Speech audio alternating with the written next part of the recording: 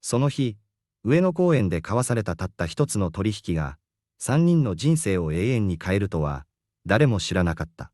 たった一台のおもちゃの車を売って母を救おうとした双子の少年。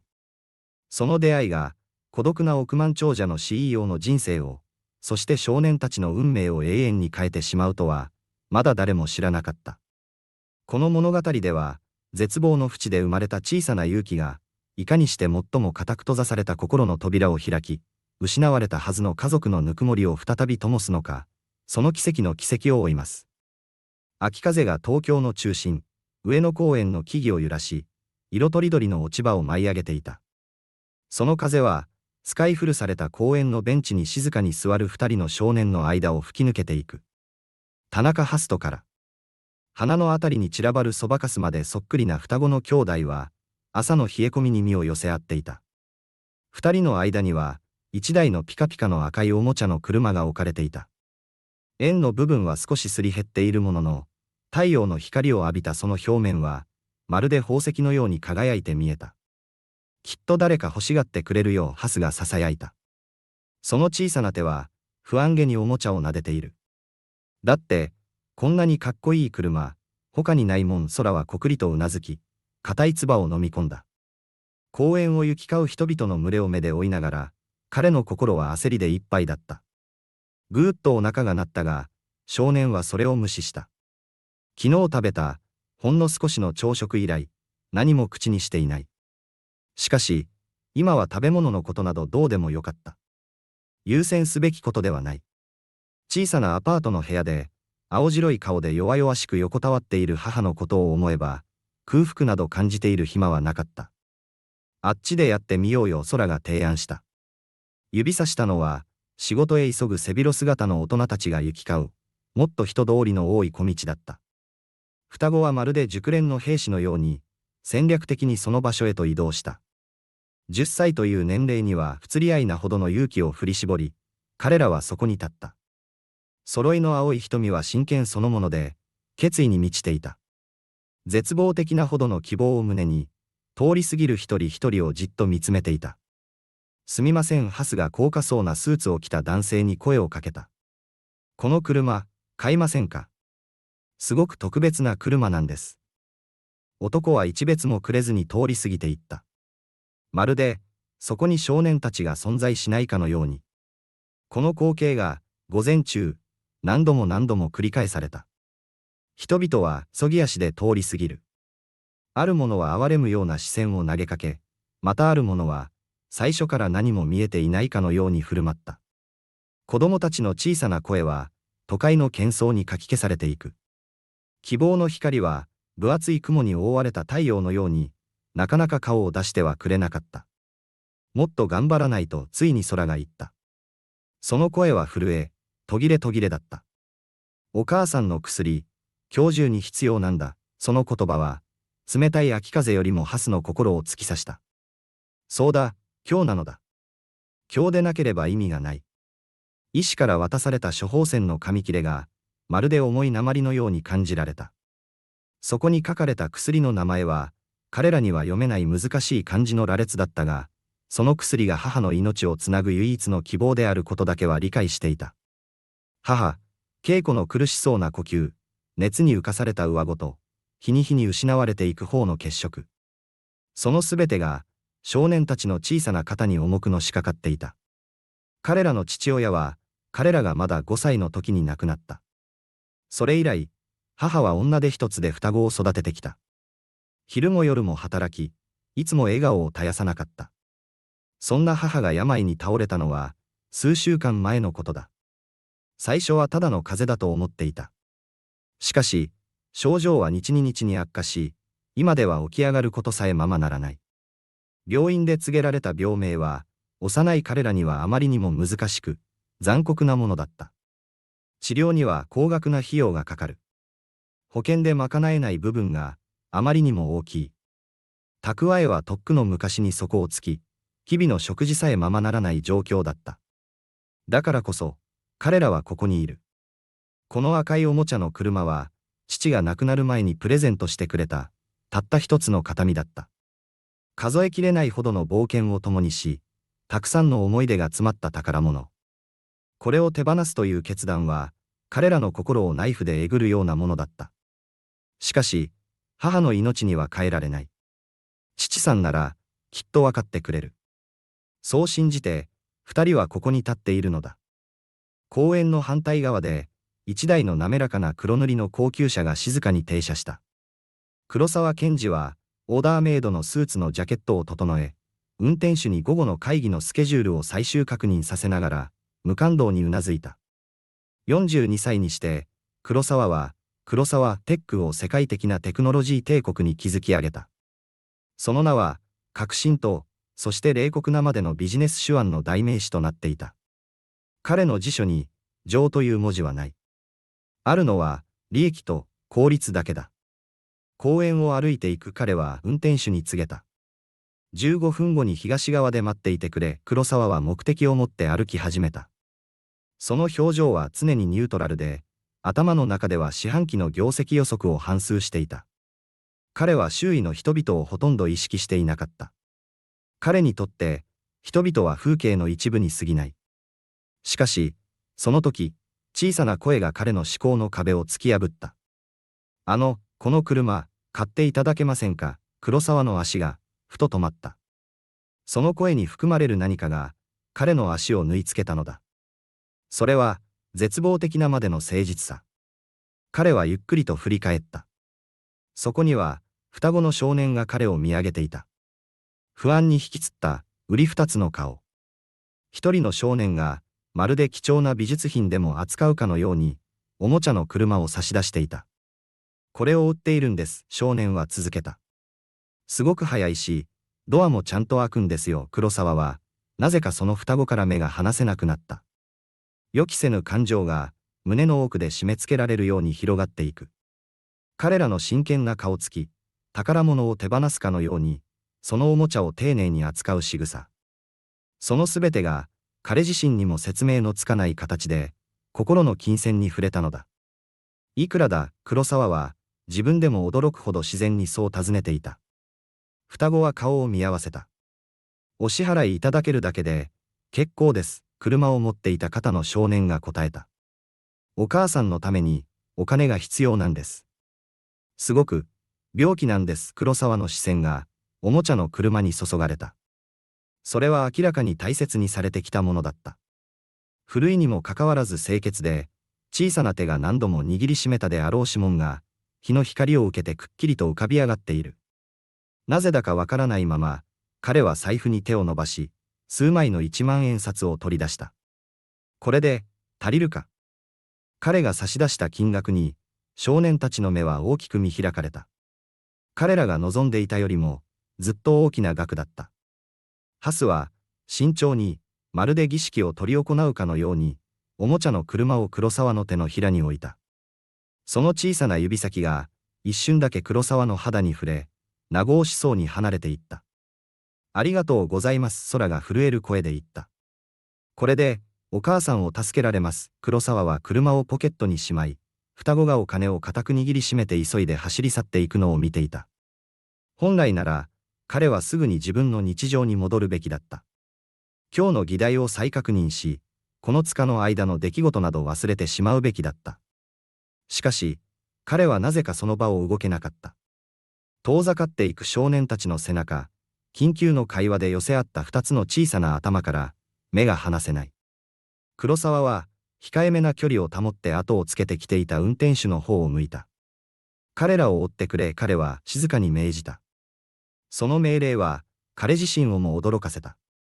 彼らがどこに住んでいるのか知りたい。黒い車が、急ぎ足の双子の後をゆっくりとつけていく。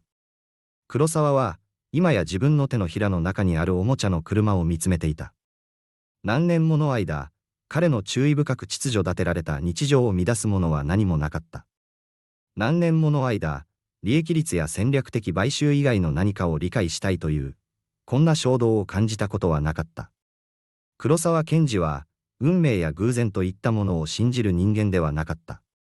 しかし、スモークガラス越しにあの双子の少年たちを見つめながら、彼は何か重大なことが今まさに起きたのだという感覚を、どうしても振り払うことができなかった。それは、すべてを変えてしまう何かの始まりだった。黒沢の車は、双子を追って、都会の忘れられた一角にある、老朽化したアパートまでやってきた。彼の滑らかな高級車と、崩れかけた建物のコントラストは、あまりにも鮮烈だった。少年たちが建物の中に消えていくと、黒沢は動かずに座っていた。おもちゃの車は、まだ彼の手に握られたままだ。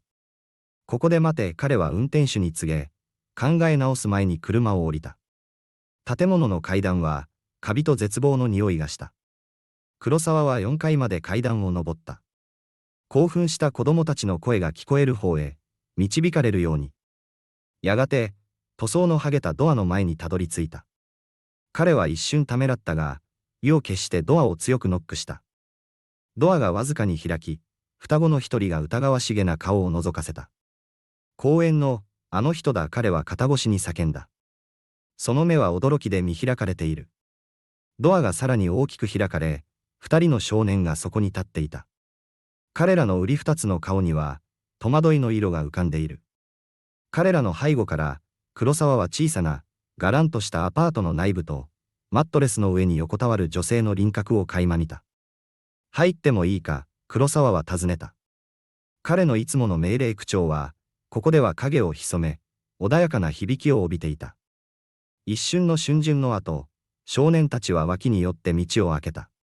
アパートの中は、貧しいながらも清潔に保たれていた。しかし、黒沢の心を最も強く打ったのは、そこに、ないものだった。余分なもの、快適なもの、そういったものが一切ない。ただ、生きるために最低限必要なものだけが、そこにあった。お母さん、寝てるんだ、双子の一人が囁いた。空の方だったか、と黒沢は思ったが、確信はなかった。田中恵子は、薄いマットレスの上に横たわっていた。その呼吸は苦しそうで、肌は使い古されたシーツを背景に、病的なまでに青白かった。病にやつれてはいるものの、息子たちとの類似点は明らかだった。同じ繊細な顔立ち。かつては活気に満ちていたであろうその顔は、今や苦痛によってくぼんでいた。いつからこの状態なんだ、黒沢は静かに尋ねた。何週間も、ハスが答えた。その小さな肩は、がっくりと落ちている。日に日に、悪くなってる黒沢はマットレスのそばに膝をつき、そっと恵子の腕に触れた。彼女の肌は、まるで燃えるように熱かった。病院が必要だ、彼は断固として言った。お金、ないんだ、空が小さな声で答えた。だから、僕たちの車を売ってたんだ、黒沢はポケットの中にあるおもちゃの車を見た。それから、双子の絶望的な顔を見た。彼の中で、ずっと昔に葬り去ったはずの何かが、再び生命を吹き返したようだった。私が何とかする、彼はきっぱりと言った。少年たちは顔を見合わせた。どうやって、お返しすればいいの、ハスが、稼いだばかりのお金を握りしめながら尋ねた。黒沢の表情が、予期せず和らいだ。君たちはもう、私に車を売ってくれたじゃないか。覚えているだろう。今度は、私が助ける番だ。彼らの返事を待たず、黒沢は恵子をそっと腕に抱き上げた。彼女は何か意味不明なことをつぶやいたが、抵抗する力は残っていなかった。双子は不安そうに後を追った。黒沢が彼らの母親を抱えて階段を下り、待たせていた車に乗せるまで、ずっと。どこへ行くの、空が、母親の力なく垂れ下がった手を握りながら尋ねた。助けてくれる人たちのところへだ、黒沢は答え、すでに携帯電話でどこかへ連絡を取っていた。車が走り出すと、黒沢は自問した。一体何が、自分をここまで駆り立てたのだろうか。何年もの間、彼は自分自身の周りに壁を築き、帝国を築くことだけに集中し、心の奥底に埋めた痛みを呼び覚ます可能性のあるものすべてを避けてきた。しかし、この双子と彼らの絶望的な状況が、その防御壁をいとも簡単に突き破ってしまった。後部座席で心配そうにしている彼らの顔を見ながら、黒沢は驚くほどはっきりと理解した。彼の注意深く孤立させてきた人生が、今や取り返しのつかない形で、彼らの人生と絡み合ってしまったのだと。救急治療室の自動ドアが開き、黒沢は稽古を腕に抱えたまま中へ入った。双子は不安そうにその後ろをついていく。彼の威圧的な存在感は、通常の待合の手続きを飛び越えさせた。数分のうちに、医師たちが稽古を診察し、看護師たちが心配そうな少年たちを近くの椅子へと案内した。重度の脱水症状、腎不全の可能性が高い一人の医師が、稽古のバイタルサインを確認しながらつぶやいた。どのくらいこの状態でしたか。彼らの話では、数週間だと黒沢は答えた。医療チームが効率的な緊急性を持って処置を進めるのを見守りながら。彼女は、助かりますか。医師の表情は、職業的な中立さを保っていた。即時の治療が必要です。あなたは、ご家族ですか。黒沢は、ほんの一瞬だけためらった。はい、彼はきっぱりと答えた。自分でも驚くほどの確信が、その声には込められていた。検査の結果、医師の初期診断が裏付けられた。重度の腎臓病で、緊急の透析が必要だった。黒沢は、ためらうことなく必要なすべての治療を承認し、まるでずっと稽古の面倒を見てきたかのように、書類に署名し、自身の保険情報を提供した。数時間後、黒沢は静かな病院の廊下で、疲れ果てた双子の間に座っていた。少年たちは彼にも垂れかかり、睡魔と戦っていたが、その戦いには負けそうだった。医師たちが処置のために病室から出るように言うまで、二人は母親のそばを離れようとしなかった。お母さん、死んじゃうのを空が囁いた。その小さな声は、ひび割れていた。黒沢は少年を見下ろした。その青い瞳の中にある恐怖は、彼の年齢にはあまりにも不釣り合いなほど、懸命に見えた。いいや、彼は確信を込めて言った。彼女は今、最高の治療を受けている。でも、この後はどうなるの。ハスが、同じように心配そうな声で尋ねた。ずっと病院にはいられないよ。その質問が、廊下の空気に重く垂れ込めた。黒沢は稽古の治療を受けることに集中するあまり、その後のことを全く考えていなかった。母親が回復する間、この子供たちをあのがらんとしたアパートに送り返すという考えは、耐え難いものだった。私の家に来なさい。黒沢は、自分でも気づかないうちにそう言っていた。その言葉は、彼が熟考する前に口をついて出ていた。お母さんが良くなるまで、それでいい。双子は疑わしげに顔を見合わせた。あなたの家って、すごく大きいんでしょう。空が、しばらくして言った。想像しようとしながら。大きいよ。黒沢は認めた。自分の富について、生まれて初めて奇妙な居心地の悪さを感じながら。君たち二人分の部屋なら、有り余るほどある。稽古の容体がようやく安定し、眠りについた頃、一人の看護師が育児に関する書類と質問を持ってやってきた。黒沢は、少年たちが自分と一緒に滞在することを説明し、スムーズに事態を収拾した。彼の自信に満ちた口調は、議論や疑念の余地を一切残さなかった。彼らが病院を離れる準備をしていると、黒沢は双子が意識のない母親に別れを告げるのを見ていた。それぞれが、彼女の額にそっとキスをする。その優しさが、彼の胸を締め付けた。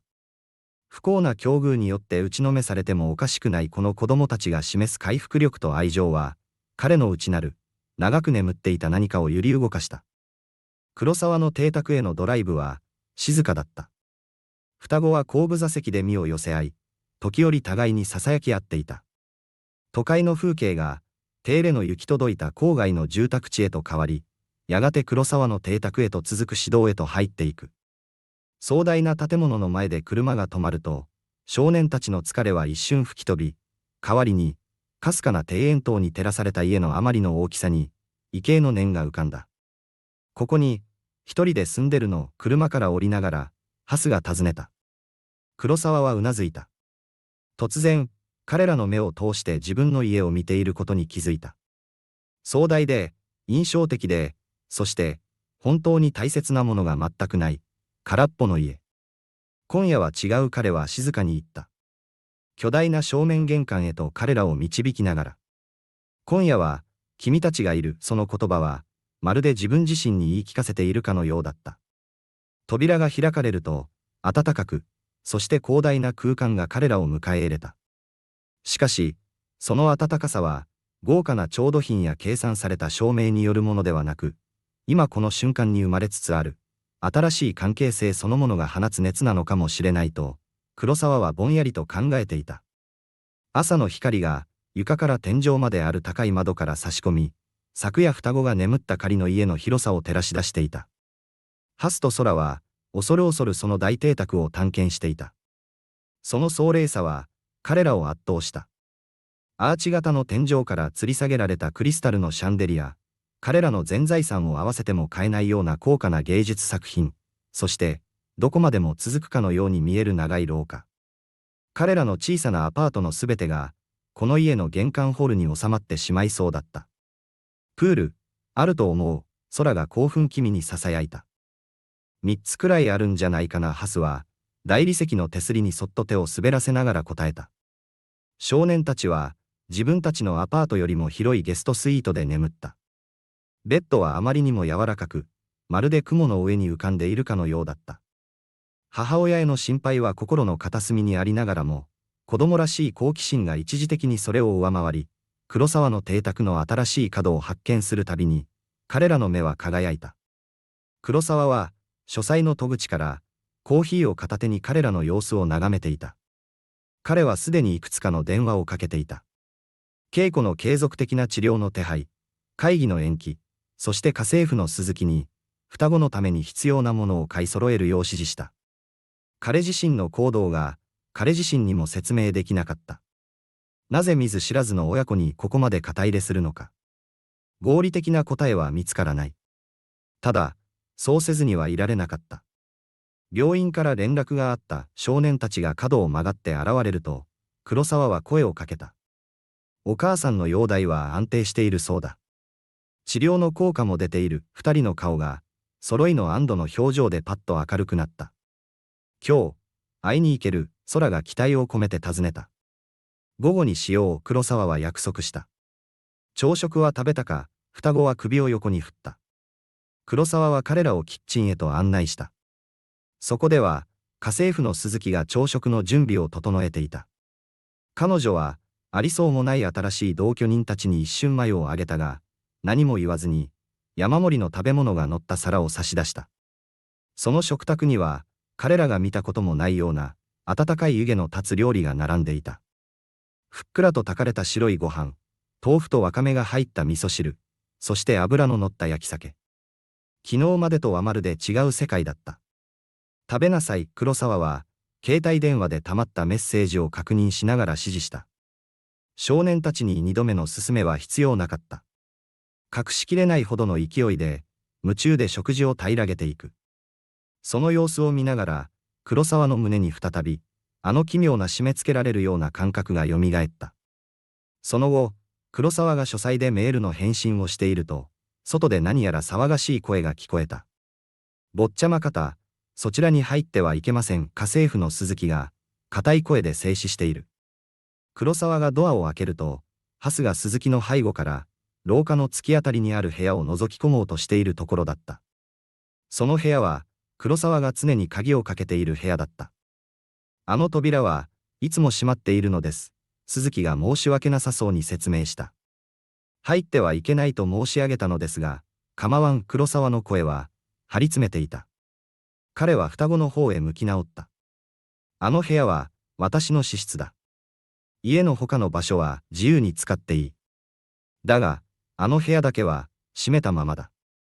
わかったな。彼の突然の冷たい口調に、少年たちは二人とも叱られたようにうなずいた。さっきまでの穏やかな雰囲気は消え去り、そこには近寄りがたい、いつもの黒沢検事が立っていた。その瞳の奥に宿る暗い影に、ハスも空も気づかないふりをするしかなかった。その日の午後、黒沢の運転手が彼らを病院へ連れて行った。稽古は目を覚ましていたが、まだ弱踊りじしかった。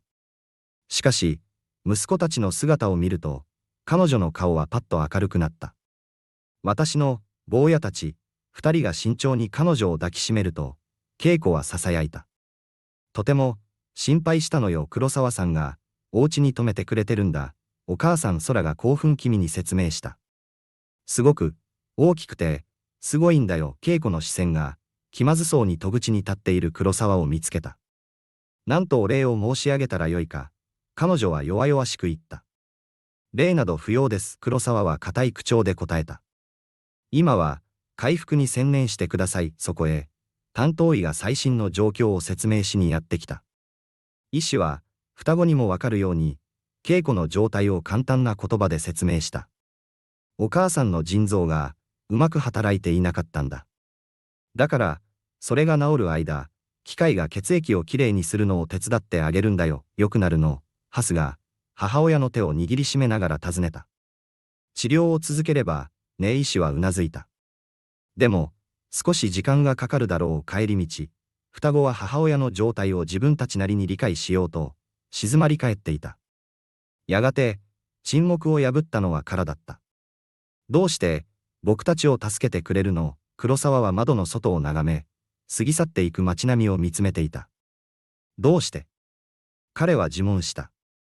何年もの間、自分自身の周りに壁を築き、帝国だけに集中してきた。なぜ、見ず知らずの他人に心を許し、痛みを再燃させるリスクを冒すのか。時には、ただ助けが必要な人々がいる。それだけだ。彼はついにそう答えた。しかし、それは真実のほんの一部でしかなかった。より深い真実から、彼はまだ目を背けていた。その夜、双子が眠りについた後、黒沢は鍵をかけたドアの前に立っていた。手のひらには、冷たい鍵が握られている。その中には、彼が忘れようと努めてきたすべてがあった。写真、おもちゃ、記憶。琥珀の中に閉じ込められた虫のように、時間が止められた世界。彼の指は鍵を強く握りしめ、そして、力を抜いた。今夜じゃない。おそらく、永遠に開けることはないだろう。彼の背後で、家は違った感じがした。もはや、彼の成功を誇示するだけの空っぽの記念碑ではない。一時的にではあるが、再び子供たちの存在によって、命が吹き込まれている。その感覚は、心地よくもあり、同時に恐ろしくもあった。1週間が過ぎ、予期せぬリズムが邸宅に生まれつつあった。黒沢は毎朝、以前よりも早く目覚める自分に気づいた。かつては静寂に包まれていた家に響く、生命の音に耳を澄ませるようになったのだ。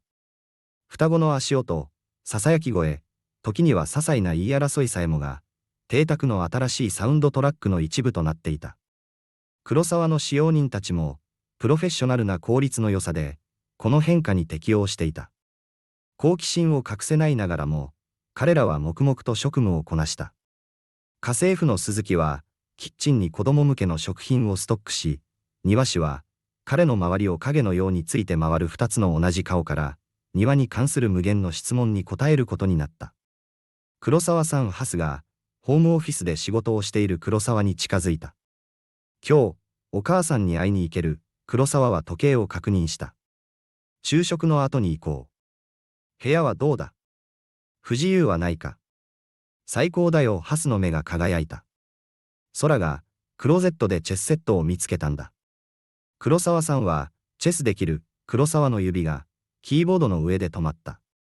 昔は、いつか、教えてくれない、少年の希望に満ちた表情は、断ることを不可能にさせた。そうだな。黒沢は答え、仕事に戻った。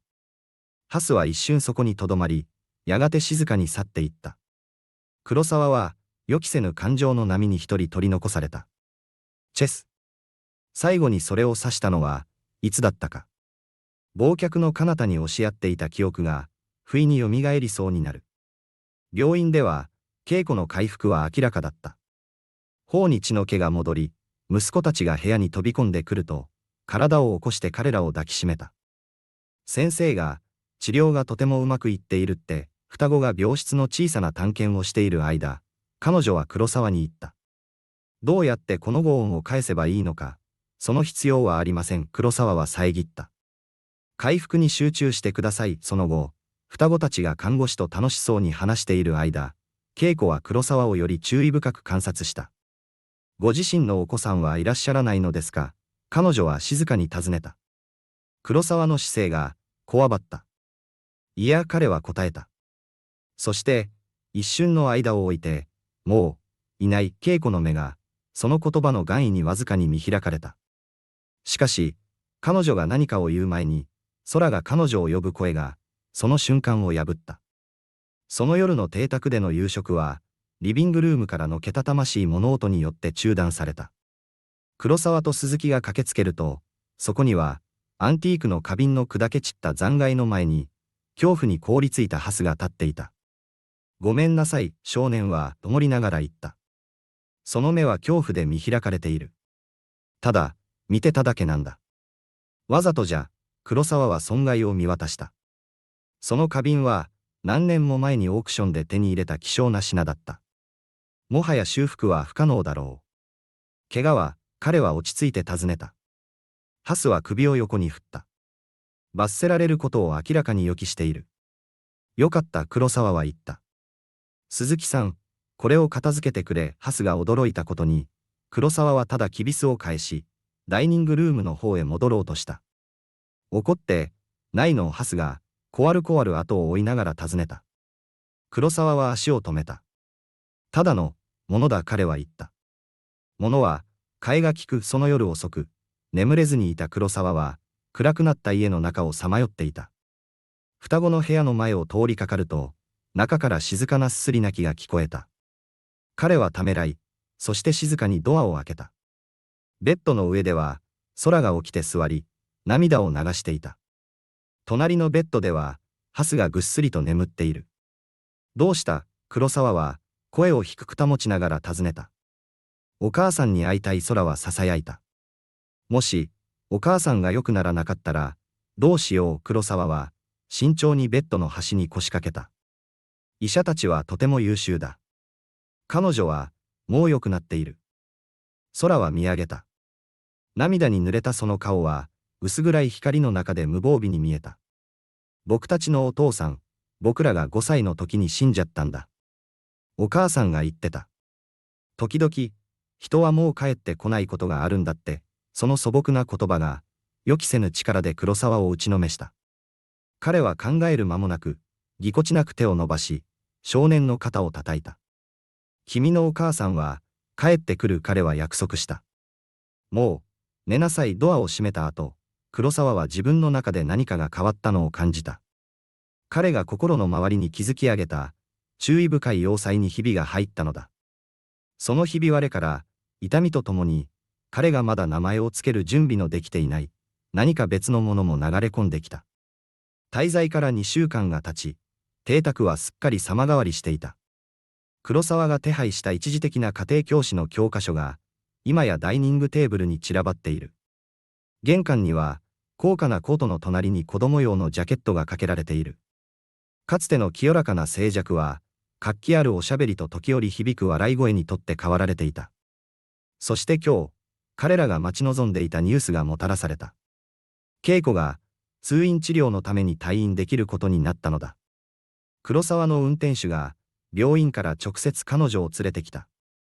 双子は、車が近づいてくるのが見えるまで、玄関のそばでじりじりと跳ねるように待っていた。お母さん、二人は声を揃えて叫び、階段を駆け下りた。恵子はまだ痩せていたが、背筋を伸ばして立っていた。顔には血の気が戻っている。黒沢は戸口から、その家族の再会を眺めていた。まるで、何か貴重なものを見ている部外者のような、奇妙な気分だった。恵子が見上げ、彼の目を捉え、純粋な温かさを込めて微笑んだ。彼の胸の中で、何かが予期せず締め付けられた。お帰りなさい。彼らが近づいてくると、彼はただそう言った。圧倒されてしまいます。恵子は、大邸宅の壮麗さを見渡しながら認めた。これ以上、ご迷惑をおかけするわけには、迷惑ではない。黒沢は遮った。医師は、あなたには休息と継続的な治療が必要だと言った。これが、最も現実的な手はずだ。鈴木が現れ、恵子を彼女の部屋へ案内すると申し出た。双子はすぐにツアーガイド役を志願し、母親に自分たちが発見したすべてのものを見せたくてたまらない様子だった。その夜、初めて4人全員で夕食のテーブルを囲んだ。双子が会話を独占し、彼らの仮住まいでの生活について恵子に報告した。探検したには、黒沢がしぶしぶ始めたチェスのレッスン、黒沢の望遠鏡で見える惑星のこと。彼らにチェスを教えていらっしゃるのですか。珍しい会話の合間に、恵子が黒沢に尋ねた。黒沢は、彼女の探るような視線に居心地悪く思いながらもうなずいた。彼らが頼んだので、すごく上手なんだよ。お母さん空が付け加えた。僕たち、覚えるのが早いって。空間、彼は助けを求めて黒沢を見た。空間認識能力だ、黒沢が補った。恵子は微笑んだ。あの子たちは、昔から物覚えがいいんです。彼女の表情が真剣になった。でも、今後のことについて、話し合わなければなりません。医師の話では、私は何ヶ月も継続的な治療が必要になるそうです。そして、それに合わせて仕事を見つけなければ、一歩ずつです。黒沢は遮った。あなたの治療スケジュールは手配済みです。他のことは、すべて後回しでいい後で、双子が眠りについた後、黒沢は書斎で恵子を見つけた。彼女は、棚に飾られた家族の写真を調べていた。そこには、黒沢の両親やビジネスでの功績を示す、慎重に選ばれた写真が並んでいたが、そこには不自然な空白があった。ありがとうございます。彼女は、振り返らずに言った。医療費のことだけでなく、息子たちを安心させてくれたことに。あの子たちには、安定というものがほとんどありませんでしたから、黒沢は戸口に立ったままだった。彼らは、素晴らしい子供たちだ。鍵のかかった部屋について、彼らが話していました。恵子は慎重に言った。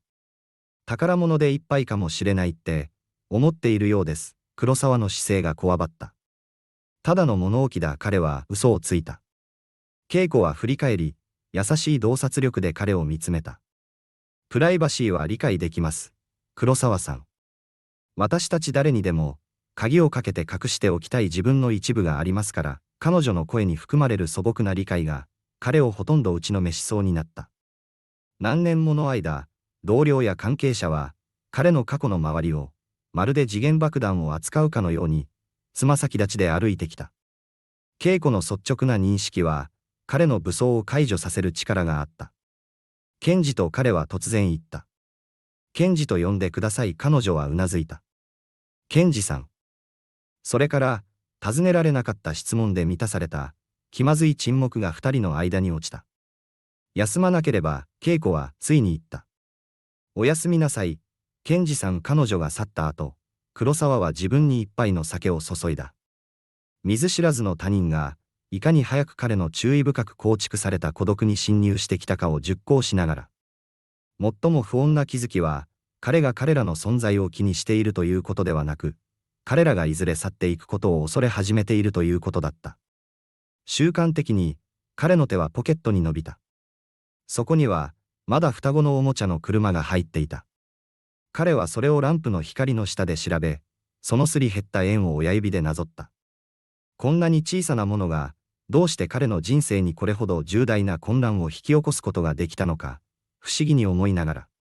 彼は、この赤いおもちゃの車が、もはや単なる過去の遺物ではなく、未来への未知の扉を開ける鍵となってしまったことを、まだ完全には理解していなかった。黒沢のオフィスでは、四半期報告書が机の上で忘れ去られていた。窓の外からは、双子が芝生の上でサッカーボールを蹴って笑い合う声が聞こえてくる。その音は、厚い防音ガラスを突き抜け、彼が何年も維持してきた聖域にまで侵入してきた。恵子が退院してから3週間が経っていた。彼女の体力は徐々に戻っていたが、医療チームは治療の合間に継続的な休息を強く求めていた。この一時的な同居生活は終わる気配を見せず、その事実は黒沢をますます混乱させていた。携帯電話が鳴り、役員秘書からのメッセージが表示された。明日の取締役会は午前9時です。ご出席の可否をご確認ください。黒沢はその画面を見つめた。彼はリモートで仕事をし、必要な時だけオフィスに顔を出していた。彼の不在は社内で噂を呼んでいたが、彼のチームがそれを効率的に処理していた。しかし、冷酷なビジネスの巨人、黒沢健二が、苦労しているシングルマザーとその双子の世話をしているという真実は、彼の同僚たちには到底理解できないだろう。出席すると打ち込み、携帯電話を脇に置いた。オフィスのドアがゆっくりと開き、空が顔を覗かせた。黒沢さん、お母さんが夕食の準備ができたって、恵子は、体調が良い時はいつでも、自分の役割を果たそうと料理をすることを主張していた。黒沢の抗議にもかかわらず、彼女の素朴な家庭料理は、奇妙なほど意味のあるものとなり、毎晩彼らを食卓に集わせる儀式となっていた。すぐに行くと黒沢は答えた。空はためらっていた。何か聞いてもいい、黒沢はうなずき、少年が入ってくるように促した。どうして、いつもポケットにあの車を入れてるの？僕たちが売ったやつ。黒沢の手は、無意識にジャケットのポケットに触れた。そこには確かに、あの小さな車が収まっていた。少年が気づいていたとは、思ってもみなかった。よくわからない彼は正直に答えた。空は机に近づき、敬意を払ってその前に立った。あれは、僕たちのお父さんのなんだ。死ぬ前に、僕たちにくれたんだよ。黒沢は罪悪感に突き刺された。知らなかった。返すよ。空は首を振った。僕たちは売ったんだ。正々堂々と。お母さんが言ってた、取引は取引だって。彼は黒沢を興味深そうに見つめた。黒沢さんにも、子供がいたの。だから、あの鍵のかかった部屋があるの。その直接的な質問に、黒沢は息を飲んだ。企業の世界では、誰も彼の過去にこれほど無遠慮に触れようとはしなかった。いたよ。彼は認めた。その言葉は、彼の舌の上で異物のように感じられた。息子が一人、その子に、何があったの？黒沢は会話を打ち切り、話題を変え、築き上げた壁を維持すべきだった。しかし、彼は自分の声が答えるのを聞いた。事故があった。自動車事故だ。彼と、私の妻が、亡くなった。空は、その年の少年には不釣り合いなほどの厳粛さで、その事実を受け止めた。だから、僕たちを助けてくれたんだね。僕たちが、その子を思い出させたから。黒沢は、少年の洞察力に居心地悪く思い、目をそらした。多分ね、お母さんが言ってた。人生には、出会うべくして出会う人がいるんだって。空は続けた。多分、僕たちは黒沢さんを助けるために、あなたの人生に現れたんだよ。黒沢が何かを答える前に、ハスが戸口に現れた。おいでよ。お母さんがカレーライス作ったって。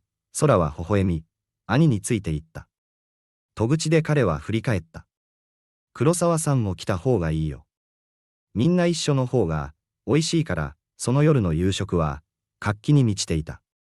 双子がサッカーの試合の様子を語り、恵子は彼らの熱意に微笑んでいた。黒沢は静かに観察しながら、かつては稀なビジネスディナーのためにしか使われなかったフォーマルなダイニングルームが、本物の温かさのある空間へと変わってしまったことに衝撃を受けていた。明日、取締役会があると伺いました。双子が、鈴木の手伝いをすると言って皿を片付けている間に、恵子が言った。ああ、黒沢は認めた。夕方までには戻るはずだ。私たちなら大丈夫です。恵子は言った。あなたが、普通の生活に戻られるのは良いことです。しかし、黒沢がテーブルを見渡したとき、彼は驚くほどはっきりと悟った。これこそが、数週間前までは見ず知らずの他人だった人々との、この即席の家族の夕食こそが、彼が何年も経験してきたどんなことよりも、普通の生活のように感じられるのだと。その気づきは、彼を恐怖させた。取締役会は、果てしなく長く感じられた。黒沢は何度も時計を確認し、心は邸宅とその仮の住人たちのもとへと飛んでいた。CFO が四半期予測について尋ねたとき、黒沢は質問を繰り返すように頼まなければならなかった。彼の伝説的な集中力において、前代未聞の失態だった。どうかしましたか、黒沢さん。休憩中に CFO が純粋な懸念を声ににじませて尋ねた。何でもない。黒沢はそっけなく答えた。これを終わらせよう。彼が家に戻った頃には、夜の蝶が降りていた。邸宅は、彼が入ると、珍しく静かだった。ひそひそと話す声の方へ向かうと、彼は双子の部屋で恵子を見つけた。彼女は、ハスのベッドのそばに座っていた。どうした？少年が紅潮した顔をしているのを見て、黒沢は尋ねた。熱があるのを恵子は、心配を顔に刻みながら説明した。今日の午後、急にハスは、弱々しい笑顔を見せた。やあ、黒沢さん。空は、自分のベッドの上であぐらをかき、兄を心配そうに見守っていた。2回も吐いたんだ。彼は厳粛に報告した。黒沢は近づき、ハスの潤んだ目と苦しそうな呼吸に気づいた。ためらうことなく、彼は携帯電話を取り出し、彼の個人医に電話をかけた。20分でここに来る。短い会話の後、黒沢は告げた。恵子は驚いて見上げた。往診なんて、そんな必要だ。黒沢は遮った。これがあなたの病気と関係があるのか、それとも何か伝染性のものなのかわからない。慎重であるに越したことはない。医師は、それがただの一般的なウイルスであることを確認し、休息と水分補給を処方した。しかし、この安心できる診断の後でさえ、黒沢は夜通しハスの様子を見に戻ってくる自分に気づいた。彼が部屋を離れるたびに、説明のつかない不安が彼を掴んだ。そんな訪問の一つで、彼はハスのベッドのそばの椅子で眠っている恵子を見つけた。彼女の手は、まだ息子の額の上に置かれていた。眠りの中で、ここ数ヶ月の緊張が彼女の顔にはっきりと現れていた。黒沢は静かに毛布を彼女の肩にかけ、そして、母と子の両方を見つめて立った。見慣れない痛みが、彼の胸に広がっていった。翌朝、ハスの熱は下がっていた。黒沢は再び会議をキャンセルし、自宅で仕事をしながら、定期的に少年の回復をチェックした。午後には、ハスは体を起こし、ジンジャーエールをすすりながら、空の誇張された話に耳を傾けていた。あなたが家にいる必要はなかったのに。後で、書斎で黒沢を見つけた恵子が言った。私たちだけで、なんとかできました。黒沢はラップトップから顔を上げた。彼が回復するのを、確かめたかった。恵子はいつも彼を見透かすような、あの洞察力に満ちた眼差しで彼を見つめた。あなたは、あの子たちを大切に思っている。それは、質問ではなかった。黒沢はラップトップを閉じた。どう答えるべきか、言葉に詰まった。あの子たちは、あなたのことを、黒沢さんではなく、健二さんと呼び始めました。彼女は続けた。彼らは、あなたに愛着を抱いています。そして、それがあなたを心配させている。黒沢は推測した。恵子はため息をつき、彼の机の向かいの椅子に座った。私たちは、永遠にここにいるわけにはいきません。健二さん。いずれ、私は十分に健康になり、息子たちをきちんと養えるようになります。そして、その時、彼女は文を未完成のままにしたが、その結論は空気中に重く垂れ込めていた。その時、彼らは去るのだ。彼ら自身の生活に戻る。この一時的な交差点は、終わりを迎える。私の治療は、予想以上にうまくいっています。恵子は静かに続けた。医師の話では、1ヶ月以内にセッションを減らせるかもしれない、と。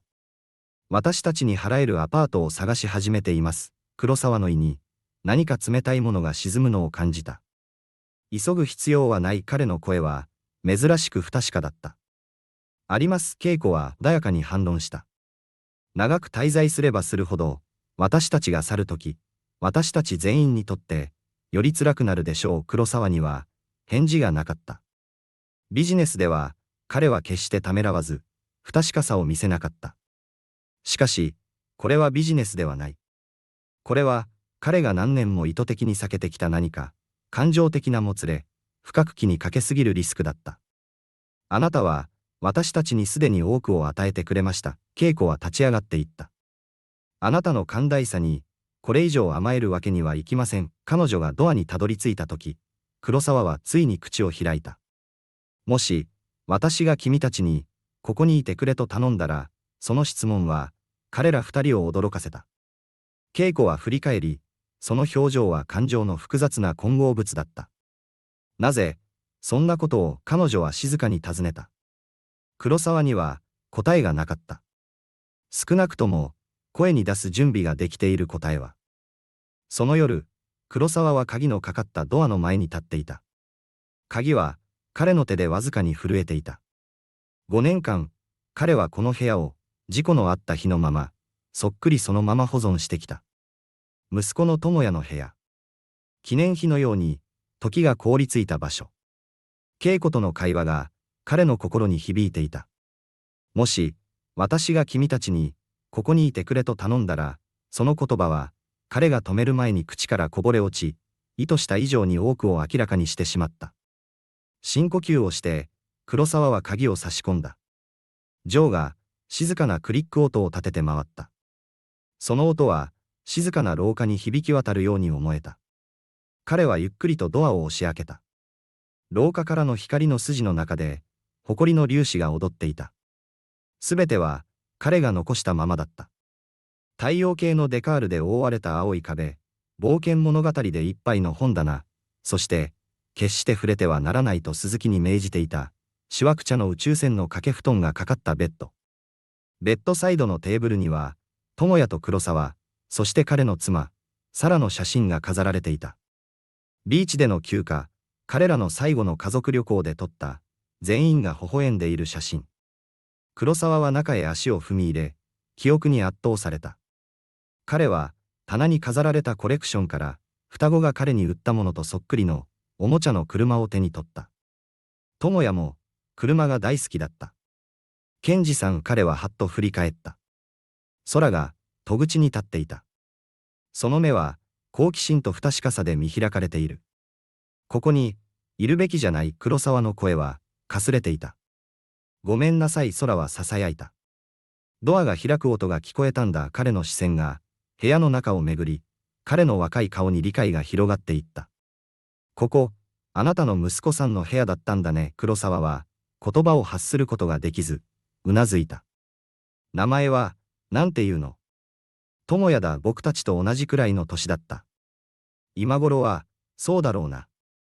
彼は、5歳だった。黒沢は、最後まで言うことができなかった。空は、慎重に中へ入ってきた。ナイトスタンドの写真に近づく。みんな、幸せそうだね。幸せだった。空は写真を眺め、それから黒沢を見上げた。お母さんが言ってた。お父さんは、天国から僕たちのことを見守ってくれてるって。多分、智也くんも、あなたのことを見守ってるよ。子供の確信を持って届けられたその素朴な言葉が、黒沢の中の何かを砕いた。彼は、ベッドの端に重々しく腰掛けた。何年も抑圧してきた感情が、ついに決壊した。会いたいんだ。黒沢は認めた。その言葉は、かろうじて聞き取れるほどだった。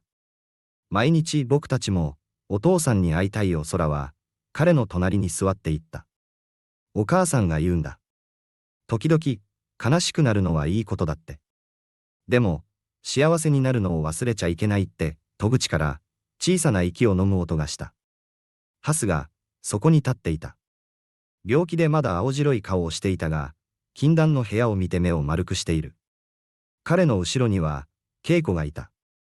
彼女の表情は、その光景を理解するにつれて和らいでいった。二人とも、こっちへ来なさい。彼女は優しく言った。ここは、プライベートな場所よ。いいんだ。黒沢は、自分でも驚くほど自然にそう言っていた。入ってきなさい。ハスは慎重に近づき、静かな敬意を払って部屋を調べた。かっこいい、宇宙のランプ。彼は、ロケットの形をしたナイトライトを指さしていった。智也は、暗いのが怖かったんだ。黒沢は説明した。言葉が、今やいとも簡単に出てくることに、自分でも驚いていた。これを、彼の5歳の誕生日に買ったんだ。恵子は戸口に立ったまま、黒沢が双子に智也のお気に入りの本やおもちゃを見せ始めるのを見ていた。一つ一つのものに物語があり、黒沢がしまい込んでいた記憶が、今は自由に流れ出していた。痛みはまだそこにあったが、どういうわけか、それを分かち合うことで、耐えられるものになっていた。後で、双子がベッドに入った後、恵子は、まだ智也の部屋で静かに座っている黒沢を見つけた。ごめんなさい、あの子たちが邪魔をして。彼女は言った。あの子たちは、生まれつき好奇心が強いんです。謝らないでくれ。黒沢は答えた。このドアを、開ける時が来たんだ。恵子はドアフレームにもたれた。美しい部屋ですね。きっと、素晴らしいお子さんだったんでしょう。そうだった。黒沢は彼女を見上げた。事故は、私のせいだった。私が運転していた。トラックが、赤信号を無視したんだ。私は助かった。彼らは、助からなかった。恵子は部屋を横切り、彼の隣に座った。だから、あなたは何年も自分を孤立させてきたのですね。自分を罰していた。彼女の評価の単純な真実が、彼を言葉を失わせた。生存者の罪悪感は、恐ろしい重荷です。彼女は静かに続けた。でも、半分の人生を生きることは、彼らの記憶を称えることにはなりません。黒沢は、彼女の思いやりのある目を見つめ、何年もの間、初めて、誰かが本当に自分を見てくれているように感じた。成功した CEO ではなく、完璧な仮面の下にいる、壊れた男を。どうやってやめればいいのか、わからない彼は告白した。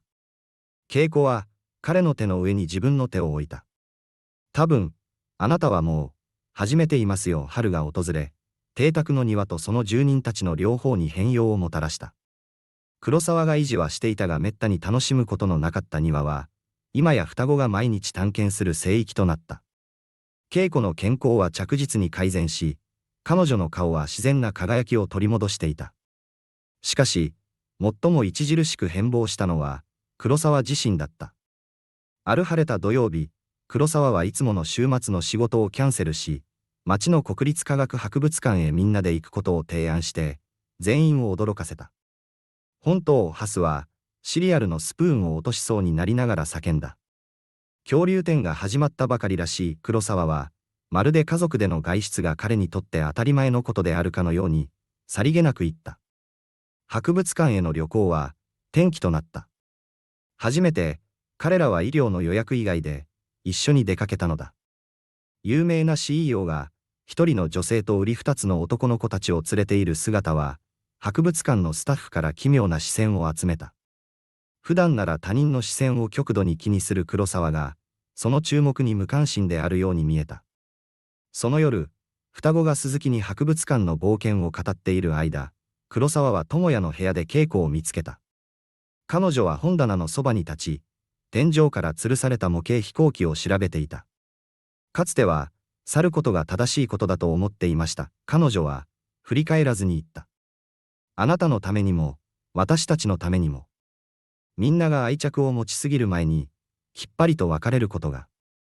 でも彼女は、ついに彼の方を向いた。もう、それは不可能かもしれないと思い始めています。黒沢は部屋に入った。その空間は、もはや痛みと記憶だけでなく、何か新しいもの、可能性で満たされていた。それなら、去らないでくれ。彼は、ただそう言った。その言葉は、もはや衝動ではなかった。それは、彼の魂の奥底からの、静かだが揺るぎない願いだった。次の日の午後、彼らは邸宅の敷地内にある小さな私有の湖を訪れた。太陽が沈み始め、恵子と黒沢が桟橋に座り、浅瀬で水しぶきを上げる双子を見ていると、心地よい沈黙が彼らの間に広がった。もし、私が君にいてほしいと願ったら、黒沢は、数ヶ月前の自分の問いを繰り返した。だが、今度はその響きが違っていた。恵子は彼の方を向いた。私は、もう、あなたとあの子たちなしの人生を想像できません。黒沢は深呼吸をした。私が双子からあのおもちゃの車を買ったとき、それがどこへ続くかなんて想像もしていなかった。私は空っぽだった。機能はしていたが、生きてはいなかった。それから突然、私の家は騒音と混沌と、そして、生命で満たされた。彼は彼女の手を取った。今や、この家から君がいなくなること、双子が廊下を走り回らないこと、キッチンで君の笑い声が聞こえないこと、君たちという家族を失うことを、想像できない。彼はポケットに手を伸ばし、小さなベルベットの箱を取り出した。完璧な瞬間、完璧な言葉を見つけようと、一日中これを持ち歩いていたんだ。彼が箱を開けると、恵子の目は大きく見開かれた。中には、エメラルドがダイヤモンドに囲まれた、アンティークの指輪があった。私が提供するのは、安全や安定や、経済的な支援ではない。黒沢は、高鳴る心臓とは裏腹に、安定した声で言った。私が提供するのは、パートナーシップ、家族、共に歩む人生だ。私たちの過去を両方とも尊重し、しかしそれに縛られない人生を彼は彼女の手を取った。田中恵子さん、あなたと、あなたの素晴らしい息子さんたちは、この家を、恒久的に、本当の家にしてくれませんか。私と、結婚してください。恵子の目に、涙があふれた。永遠に続くかと思われる一瞬、彼女はただ彼を見つめ、その表情は読み取れなかった。それから、ゆっくりと、彼女はうなずいた。はい、彼女は囁いた。はい、私たちはここにいます。はい、あなたと結婚します。黒沢が震える手で彼女の指に指輪をはめ、そして彼女をそっと引き寄せたとき、近づいてくる足音がした。双子が、びしょ濡れで、好奇心いっぱいに走ってきた。どうしたの？ハスが、母親の涙と、黒沢の珍しく感情的な表情に気づいて尋ねた。恵子は手を差し出し、指輪を彼らに見せた。ケンジさんが、私たちに、恒久的に、家族としてここにいてほしいって。少年たちは指輪を見つめ、それから大人たちを見つめ、この情報を処理していた。それって、結婚するってこと？空が、慎重に尋ねた。黒沢はうなずいた。もし、君たちが良ければ双子は、彼らのいつもの、無言のコミュニケーションを交わし、それから揃いの笑顔を輝かせた。じゃあ、僕たち、あなたのこと、お父さんって呼んでもいい？ハスが、大胆に尋ねた。その質問は、予期せぬ力で黒沢を打った。彼は、ためらいや、段階的な意向を覚悟していた。その代わりに、この素晴らしい少年たちは、即座の需要を申し出てくれたのだ。彼が二度と受け取れないと思っていた、贈り物。光栄だ。黒沢は、感情でざらついた声で言った。君たちが、準備ができた時でいい。双子は前に飛び出し、熱狂的なグループハグで大人たちの周りに腕を巻きつけ、危うく全員が湖に落ちそうになった。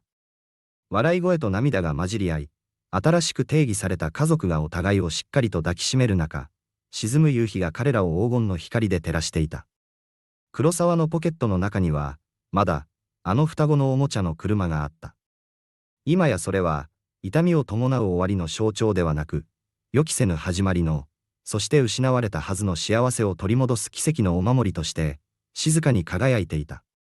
それは、最も傷ついた心でさえ、愛の予期せぬ道筋を通して癒しを見つけられることの、永遠の証となったのだ。